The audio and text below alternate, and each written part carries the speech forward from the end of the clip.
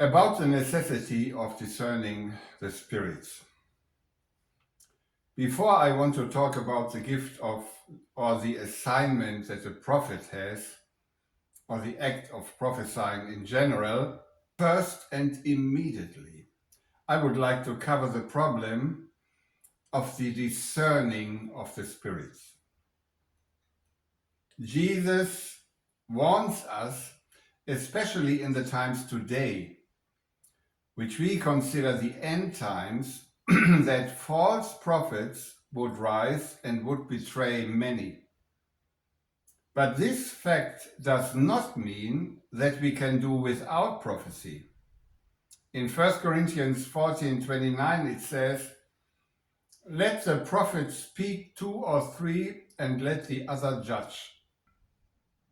This Greek word for judge, diakrino, in this verse suggests an open and thorough examination process in the midst of the service, which could include to end in different opinions that are not easy to be reconciled. Diakrino can mean to separate, to set apart, to separate something from something, to separate combatants, to select, to prefer, to distinguish, to penetrate, to decide judicially through a process, to judge, to recognize, to criticize, to decide with weapons, to end, to diverge, to move away, especially to defect, to compete with someone, to fight, to quarrel, to argue, to compare, to reconcile, to be led astray, to doubt. All these meanings should be included in this verse. Of course, this would require a huge amount of courage, and at the same time for one to be trained in humility, to expose himself to open critics or correction in the midst of the church meeting. So prophetic ministry could be quite inconvenient for both sides, the ministers and the congregation as well.